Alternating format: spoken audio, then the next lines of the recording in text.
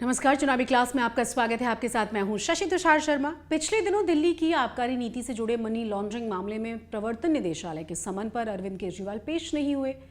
प्रवर्तन निदेशालय के नोटिस को ठेंगा दिखाते हुए केजरीवाल पार्टी उम्मीदवार रानी अग्रवाल के रोड शो में हिस्सा लेने के लिए मध्य प्रदेश के सिंगरौली पहुंच गए। वो इतना ही नहीं, केजरीवाल ने ईडी को नसीहत दी कि उनका समन अवैध है और राजनीति से प्रेरित है और वो इसे वापस लें।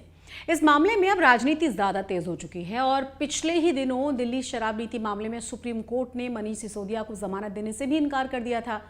आज की चुनावी क्लास में हम बात करेंगे कि दिल्ली की इस शराब नीति की और समझेंगे कि ऐसा क्या हुआ है कि ये मुद्दा अचानक से राष्ट्रीय राजनीति का केंद्र बिंदु बन गया है। दरअसल दिल्ली आबकारी नीति मामले में इन्फोर्समेंट डायरेक्टरेट ने अपने आरोप पत्र में कई बार केजरीवाल के नाम का जिक्र किया है। सीबीआई इस साल अप्रैल में दिल्ली की शराब नीति के मसले पर केजरीवाल से पूछताछ कर चुकी है, लेकिन सीबीआई ने इस बारे में अपनी एफआईआर में केजरीवाल को अभियुक्त नहीं बनाया था। ईडी के बुलावे के बाद आम आदमी पार्टी के नेता लगातार यही दोहरा रहे हैं कि केंद्र सरकार की प्लानिंग उन्हें गिरफ्तार करने की है। दरअसल दिल्ली सरकार ने 2 साल पहले इन्हीं दिनों यानी कि नवंबर 2021 में एक नई आबकारी नीति को लागू किया था। इस नीति के आने से राजधानी दिल्ली का शराब कारोबार निजी हाथों में आ गया था और शराब की सभी दुकानें निजी हाथों में चली गई थी। इस नीति के पीछे तर्क ये था कि कारोबार में दिल्ली सरकार के राजस्व में बढ़ोतरी होगी। केजरीवाल सरकार की ये नीति शुरू होते ही विवादों में फंस गई। आपको याद भी होगा, अन्ना हजारे की अगुवाई में हुए लोकपाल आंदोलन के दौरान इंडिया अगेंस्ट करप्शन के तमाम नेता शराब के बढ़ते हुए चलन और इससे महिलाओं को होने वाली परेशानियों के खिलाफ बोला करते थे लगातार। जब शराब नीति पर विवाद हद से ज्यादा बढ़ा तो जुलाई 2022 में सरकार ने वापस पुरानी नीति को ही लागू कर दिया। यहां यह समझना बहुत जरूरी है कि इस नीति की किन बातों पर विवाद था। आबकारी नीति पर विवाद क्या क्या है, इसकी शुरुआत होती है 8 जुलाई 2022 दिल्ली के मुख्य सचिव नरेश कुमार की एक रिपोर्ट के साथ, जिसे उन्होंने दिल्ली के लेफ्टिनेंट गवर्नर विनय कुमार सक्सेना, आर्थिक अपराध शाखा और दिल्ली के मुख्यमंत्री अरविंद केजरीवाल को भेजा। इस रिपोर्ट में एक्साइज विभाग का प्रभारी होने के नाते सिसोदिया पर नई आबकारी नीति के जरिए फर्जी तरीके से राजस्व कमाने के आरोप लगाए गए। इस रिपोर्ट के मुताबिक कंपनियों को लाइसेंस फीस में 144.36 करोड़ की छूट दी गई थी। रिपोर्ट के अनुसार कोरोना काल में शराब विक्रेताओं ने लाइसेंस शुल्क की माफी के लिए दिल्ली सरकार से संपर्क किया। सरकार ने लाइसेंस शुल्क में लगभग 24% की छूट दे दी और इस रिपोर्ट में दावा यह किया गया कि सरकार के इस कदम से शराब विक्रेताओं को बड़ा फायदा पहुंचा, जबकि सरकारी खजाने को लगभग 144 करोड़ का नुकसान हुआ। दरअसल नीति में किसी भी बदलाव के लिए आबकारी विभाग को पहले कैबिनेट और फिर उपराज्यपाल के पास अनुमति के लिए भेजना होता है। इसके बगैर किसी भी बदलाव को गैरकानूनी माना जाता है। बाद में रिपोर्ट सीबीआई को भेज दी गई, जिसके बाद मनीष सिसोदिया की गिरफ्तारी का रास्ता साफ हुआ। सिसोदिया पर विदेशी शराब की कीमतों में बदलाव करने और प्रति बियर 50 रुपए आयात शुल्क घटाकर लाइसेंस धारकों को गैरकानूनी ढंग से फायदा पहुंचाने का आरोप लगा।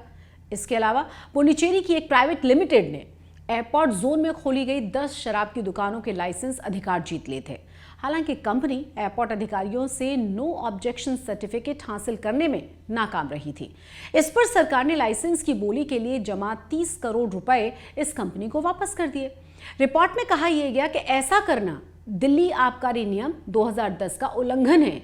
नियमों के मुताबिक अगर कोई आवेदक लाइसेंस के लिए शर्तें पूरी नहीं कर पाता तो उसकी जमा राशि जब्त होनी चाहिए। यहां सिसोदिया पर कमीशन खाने के आरोप लगाए गए। यह कहा गया कि इन पैसों का इस्तेमाल पंजाब विधानसभा के चुनावों में हुआ है। आबकारी नीति पर अब विवाद क्या क्या है, यह समझ लेते हैं। इस साल अक्टूबर में आम आदमी पार्टी के राज्यसभा के सांसद संजय सिंह को भी प्रवर्तन निदेशालय ने इसी मामले में गिरफ्तार कर लिया। संजय सिंह का नाम ईडी की चार्जशीट में सामने आया था और ये चार्जशीट पिछले साल दायर कर दी गई थी। संजय सिंह की गिरफ्तारी अभियुक्त से गवाह बने दिनेश अरोड़ा के बयान के बाद हुई। दिनेश अरोड़ा दिल्ली के रेस्टोरेंट कारोबारी हैं और हौज खास में उनके कैफे हैं।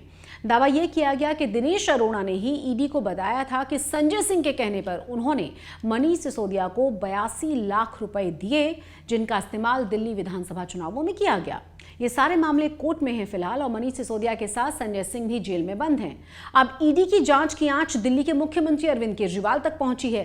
अगर दिल्ली आबकारी नीति के इस मामले में केजरीवाल की गिरफ्तारी होती है तो आम आदमी पार्टी के सामने नेतृत्व को लेकर एक बड़ा संकट पैदा हो जाएगा और इतना ही नहीं, ये मुद्दा पहले से 5 राज्यों में हो रहे विधानसभा चुनावों में गर्मा रहा है और अरविंद केजरीवाल चुनावी जनसभाओं में खुद को और जेल में बंद अपने सभी नेताओं को निर्दोष बताते हुए केंद्र सरकार पर जांच एजेंसियों के बेजा इस्तेमाल को लेकर लगातार निशाना साध रहे हैं। अंधा आंदोलन से निकले हुए हम लोग। रामलीला मैदान आप लोग देखते होंगे टीवी के ऊपर। रामलीला मैदान की स्टेज के ऊपर कौन बैठता था? चालू कर दीजिए। मैं बैठता था, सत्येंद्र जैन बैठता था, मनीष सिसोदिया जी बैठते थे। स्टेज पे बैठे हुए सब लोगों को तो गिरफ्तार कर लोगे, लेकिन जो करोड़ों लोगों की भीड़ रामलीला मैदान में आई थी उनको कैसे गिरफ्तार करोगे? जवाब तो तुम लोगों को देना पड़ेगा। तो दोस्तों, ये हमें गिरफ्तार कर ले कोई फर्क नहीं पड़ता, केजरीवाल जेल जाने से नहीं डरता। उम्मीद है आपको दिल्ली आबकारी नीति पर आज की चुनावी क्लास पसंद आई होगी। चुनावी क्लास में आप चुनावों और राजनीतिक पार्टियों से जुड़ी ऐसी ही रोचक जानकारियों को हासिल कर सकते हैं। तो चुनाव से जुड़ी हुई तमाम जानकारियों के लिए आप देखते रहिए चुनाव आज तक। वीडियो अगर पसंद आया तो लाइक, सब्सक्राइब करना बिल्कुल ना भूलें। नमस्कार।